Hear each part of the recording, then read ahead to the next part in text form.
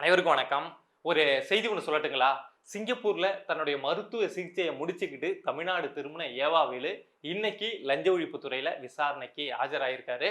சென்னை ஆலந்தூர்ல இருக்கக்கூடிய லஞ்ச ஒழிப்புத்துறை தலைமை அலுவலகத்துக்கு காலையில 11 மணிக்கு மனுஷன் வந்தாரு. இந்த நேரம் வரைக்கும் விசாரணை போயிட்டு இருக்கு. என்ன கேள்விகள் கேட்கப்படுது, எப்ப இந்த விசாரணை முடியும் அப்படிங்கிறதெல்லாம் நம்ம அடுத்த வீடியோல தான் அப்டேட்டா குடுக்க முடியும். பட் இதுவரைக்கும் என்ன தகவல் கிடைச்சிருக்கு அப்படின்னா, ஒரு 100க்கும் மேற்பட்ட கேள்விகளை எழுத்துப்பூர்வமா என்ன கேள்வி கேட்கிறோம், அதுக்கு அந்த மனுஷன் என்ன பதில் கொடுக்கிறாரு அப்படிங்கிறத எழுத்துப்பூர்வமா லஞ்ச ஒழிப்புத்துறை அதிகாரிகள் பதிவு பண்ணிட்டு இருக்காங்க அப்படிங்கிற செய்தி வெளியாயிருக்கு. உடனே ஒரு எதிர்பார்ப்பு வரலாம். ஏதாவது அமைச்சரை வந்து ஒரு 5 மணி நேரம் 6 மணி நேரம்லாம் முன்னாள் அமைச்சரை விசாரணை நடத்துறாங்க அப்படின்னா கடைசி நேரத்துல கைது செய்வதற்கான வாய்ப்பு அப்படிங்கிறது உண்டு. இந்தியாவுல பல வழக்குகள்ல அத மாதிரி கைது நடந்திருக்கு. ஸோ அத மாதிரி ஏதாவது நடக்குமாப்பா, ஏதாவது சர்ப்ரைஸ் நடக்குமா அப்படின்னா எதிர்பார்க்காதீங்க, வாய்ப்பே கிடையாது. ஏன் அப்படின்னா சென்னை உயர்நீதிமன்றம் என்ன சொல்லியிருக்காங்க அப்படின்னா, ஜூலை 28ஆம் தேதி வரைக்கும் நம்ம ஏவா வேலு மேல எந்த கடுமையான நடவடிக்கையும் எடுக்கக்கூடாது அப்படின்னு சொல்லியிருக்காங்க. ஸோ ஏவா வேலுவை விசாரணை முடிஞ்ச உடனே கைது செய்வதற்கான வாய்ப்பு அப்படிங்கிறது கிடையாது. சரிப்பா, அப்படின்னா இந்த விசாரணையால என்ன நடக்கும் அப்படின்னா, ஒண்ணு ஏவாவேலுக்கு பயம் அப்படிங்கிறது வந்திருக்கும். நம்ம என்னதான் போய் சிங்கப்பூர்ல ஒளிஞ்சாலும் நீதிமன்றம் உத்தரவு போட்டுதுன்னா வந்து விசாரணைக்கு ஆய்தான் ஆகணும் அப்படிங்கிற ஒரு பயம் வந்திருக்கும். இதை தாண்டி உங்களுக்கு தெரியும், ரோடு போட்டேன் அப்படின்னு சொல்லிட்டு போடாம பணம் எடுத்த வழக்கு தான் இது அப்படின்னு தெரியும். 3.25 கோடி அது சம்பந்தமான வழக்கு தான் இது. ஸோ இந்த வழக்குல நம்ம ஏவாவேலு மட்டும்தான் இந்த வழக்குல கொண்டு வரப்பட்டிருக்காரு அப்படின்னு பார்த்தோம்னா கிடையாது. இது இல்லாம 11 அதிகாரிகளும் இந்த வழக்குல கொண்டு வரப்பட்டிருக்காங்க. ஸோ அந்த 11 அதிகாரிகள்கிட்டயும் அந்த லஞ்ச ஒழிப்புத்துறை விசாரணை நடத்துவாங்க. ஸோ அவங்க ஒரு பதில் சொல்லுவாங்க. நாங்க இதை மாதிரி இந்த ரோட போட்டோங்க, இந்த கான்ட்ராக்ட்ல போட்டோம் அப்படின்னு அவங்க ஒரு பதில சொல்லுவாங்க. நம்ம ஏவாவேலு இன்னைக்கு விசாரணைக்கு ஆஜராயிருக்காருல, அவரு போயிட்டு ஒரு பதில சொல்லுவாரு. எல்லாம் பேசி வச்சிருந்திருப்பாங்க. இத்தனை நாள் அவர் ஓடி ஒளிஞ்சதே பேசி வச்சிருக்கிறதுக்கு தான். பட் மாத்தி மாத்தி கேள்விகள் கேட்கப்படுறப்போ முன்னுக்கு பின்னா இப்படி இப்படி அப்படியே ஒரு ஆர்டர்லயா கேள்வி கேட்பாங்க. அந்த கேள்விக்கு அந்த பதில் சொல்றாருன்னா அதுல இருந்து ஒரு லூப் பிடிச்சி இந்த மாதிரி மாத்தி மாத்தி கேள்வி கேட்கிறப்போ மனுஷன் ஏதோ மாத்தி மாத்தி 11 பேர் இருக்காங்களே இந்த வழக்குல, ஆளுக்கு ஒரு பதில சொல்லியிருப்பாங்க. இது இல்லாம நம்ம லஞ்ச ஒழிப்புத்துறையை வந்து சோதனை நடத்தினாங்கல்ல, கிட்டத்தட்ட ஒரு 20 இடங்கள்ல தமிழ்நாடு முழுக்க ஏவாவேலு அந்த அதிகாரிகள் எல்லா இடத்தையும் நடத்தினாங்கல்ல, அங்கிருந்து சில ஆவணங்கள் அப்படிங்கிறது எடுத்திருப்பாங்கல்ல, அந்த ஆவணங்கள் சில விஷயங்களை சொல்லணும்ல. ஸோ இதை மாதிரி என்னென்ன முரண்கள் இருக்கு, என்ன நடந்திருக்கு அப்படிங்கிறத இந்த விசாரணை மூலமா லஞ்ச ஒழிப்புத்துறையால ஓரளவுக்கு புரிஞ்சிக்க முடியும். ஸோ இதை வச்சு லஞ்ச ஒழிப்புத்துறை என்ன பண்ணலாம் அப்படின்னா, அடுத்த முறை நீதிமன்றத்துக்கு போறாங்க அப்படின்னா இதை பாருங்க, இதுதான் நடந்திருக்கு. ஸோ இவங்கெல்லாம் இந்த பதில் சொல்லியிருக்காங்க, ஏவாவேலு இந்த பதில் சொல்லியிருக்காரு, எங்கள்கிட்ட இந்த டாக்குமெண்ட் இருக்கு அப்படின்னு சொல்லிட்டு ஸ்ட்ராங்கா இவங்களுடைய ஆர்குமெண்ட்டை எடுத்து வைக்க முடியும். ஒருவேளை இந்த வழக்குல வந்து ஏவாவேலு நாளைக்கு முன்ஜாமீன் கேட்கிறாரு, இல்ல என் மேல லுக் அவுட் நோட்டீஸ் கொடுக்க கூடாது அப்படின்னு சொல்றாருன்னா, லஞ்ச ஒழிப்புத்துறையிலேருந்து ஸ்ட்ராங்கா இதெல்லாம் நடந்திருக்கு அப்படின்னு எடுத்து சொல்றதுக்கு இன்னைக்கு ஏவாவேலு சொல்லக்கூடிய இந்த பதிலும் லஞ்ச ஒழிப்புத்துறை கேட்கக்கூடிய இந்த கிடுக்குப்புடி கேள்விகள் தான் நாளைக்கு நீதிமன்றத்துல வந்து ஆதாரமா பேசும். இது இல்லாம ஏவாவேலு விஷயத்துல இன்னைக்கு என்ன நடந்திருக்கு அப்படின்னா, உச்ச நீதிமன்றத்துல சில அப்டேட் அப்படிங்கிறது நடந்திருக்கு. என்ன அப்படின்னா, ஏவாவேலுக்கு தமிழ்நாடு அரசு லஞ்ச ஒழிப்புத்துறை சைட்லேருந்து லுக் அவுட் நோட்டீஸ் அப்படிங்கிறத கொடுத்தாங்க அவர் சிங்கப்பூர்ல இருந்தப்போ. அதை சென்னை உயர்நீதிமன்றம் என்ன பண்ணாங்க அப்படின்னா, அந்த நாங்க இடைக்காலமா வந்து நாங்க ரத்து பண்றோம், அவர் மேல லுக் அவுட் நோட்டீஸ் கிடையாது, அவர் ஆனா 15ஆம் தேதி வந்து லஞ்ச ஒழிப்புத்துறை விசாரணைக்கு ஆஜராகணும் அப்படின்னு சொல்லியிருந்தாங்க. பட் இதை எதிர்த்து இந்த லுக் அவுட் நோட்டீஸை கேன்சல் பண்ணாங்கல்ல சென்னை உயர்நீதிமன்றம், அதை எதிர்த்து தமிழ்நாடு அரசு தரப்புல இருந்து உச்ச நீதிமன்றத்துல ஒரு மனு போட்டிருந்தாங்க. இந்த அவருக்கு லுக் அவுட் நோட்டீஸ் பிறப்பிக்கப்பட்டது வந்து செல்லும், அவரை நாங்க கைது பண்ணலாம் அப்படிங்கிற உத்தரவு கொடுங்க அப்படின்னு சொல்லிட்டு உச்ச நீதிமன்றத்துக்கு தமிழ்நாடு அரசு போயிருந்தாங்க. ஸோ அந்த மனு இன்னைக்கு உச்ச நீதிமன்றத்துல விசாரணைக்கு வந்தது. பட் உச்ச நீதிமன்றம் என்ன சொல்லிட்டாங்க அப்படின்னா, உயர்நீதிமன்றம் என்ன சொன்னாங்களோ அதுதான் செல்லும். ஸோ அவர் மேல நீங்க வந்து இப்போதைக்கு லுக் அவுட் நோட்டீஸ் பிறப்பிக்க முடியாது அப்படின்னு சொல்லியிருந்தாங்க. ஸோ அடுத்ததா தமிழ்நாடு அரசு தரப்புல இருந்து இன்னொரு வாதம் என்ன எடுத்து வச்சாங்க அப்படின்னா, அவருடைய பாஸ்போர்ட் இருக்குல்ல, அதை வந்து கைப்பற்றத்துக்கு உத்தரவு கொடுங்க. இந்த வழக்கு விசாரணை நடந்துட்டு இருக்கப்பவே அவர் அங்கங்கன்னு வெளிநாடு தப்பிச்சு போயிடுறாரு.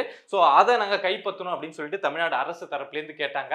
அதுக்கு உச்சநீதிமன்றம் என்ன சொல்லியிருக்காங்க அப்படின்னா, இது சம்பந்தமா அவருடைய பாஸ்போர்ட்டை நீங்க கைப்பற்றி வைக்கிறது, புடுங்கி வைக்கிறது சம்பந்தமா நீங்க எது பண்ணுனாலும் சென்னை உயர்நீதிமன்றத்திலேயே ஒரு மனுவை போட்டு அதன் மூலமா அந்த உத்தரவை வாங்கிக்கோங்க அப்படின்னு சொல்லிட்டாங்க. ஸோ உச்சநீதிமன்றத்தில் இன்னைக்கு தமிழ்நாடு அரசுக்கு ஃபேவரா ஏதாவது நடந்திருக்கா அப்படின்னா கிடையாது. அவர் பாஸ்போர்ட்டை புடுங்கணும் அப்படின்னா கூட உயர்நீதிமன்றத்தில் போய் தான் புடுங்க முடியும். ஆனா ஒரு விஷயத்த யோசிச்சுக்கோங்க, சிங்கப்பூர்ல இருந்த ஏவாவேலுவை தமிழ்நாட்டுக்கு வர வச்சு அவரை இன்னைக்கு லஞ்ச ஒழிப்புத்துறை முன்னாடி வந்து ஆஜராக வச்சது அப்படின்னா சென்னை உயர்நீதிமன்றம் போட்ட ஒரு உத்தரவு தான். ஸோ நீதிமன்றம் சில நேரங்களில் நடக்கக்கூடிய விஷயங்களை வந்து நமக்கு பார்க்கறதுக்கு என்னடா இந்த ஏவாவேலு இவ்வளவு பண்ணியிருக்காருன்னு தெரியுது, ஆனால் நீதிமன்றம் இப்படி சொல்லுது அப்படின்னு தோணலாம். பட் சில நேரங்களில் அப்படி இருக்கும்.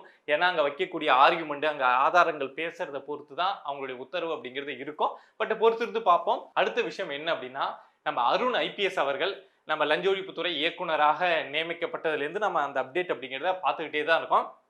இப்போ வந்து போலீஸ் ட்ரைனிங் அகாடமிக்கு அவர் மாற்றப்பட்டுட்டார் அப்படிங்கிறது தான் லேட்டஸ்ட் அப்டேட். நேத்தி வரைக்கும் அதுதான் போயிட்டு இருந்தது. பட் இன்னைக்கு என்ன ஒரு அப்டேட் அப்படின்னா, தாவேகா எந்த அளவுக்கு யோசிச்சிருக்காங்க பாருங்க. அப்போ 2 நாளைக்கு முன்னாடி தான் உத்தரவு அப்படிங்கிறது வருது. இவர் வந்து லஞ்ச ஒழிப்புத்துறை இயக்குனர் கிடையாது, மாற்றிட்டோம் அப்படின்னு சொல்கிறாங்க. பட் இன்னைக்கு வருமான வரித்துறை சோதனை அப்படிங்கிறது நம்ம அருண் ஐபிஎஸ் அவர்களுடைய வீட்டில் நடந்துட்டு இருக்கு.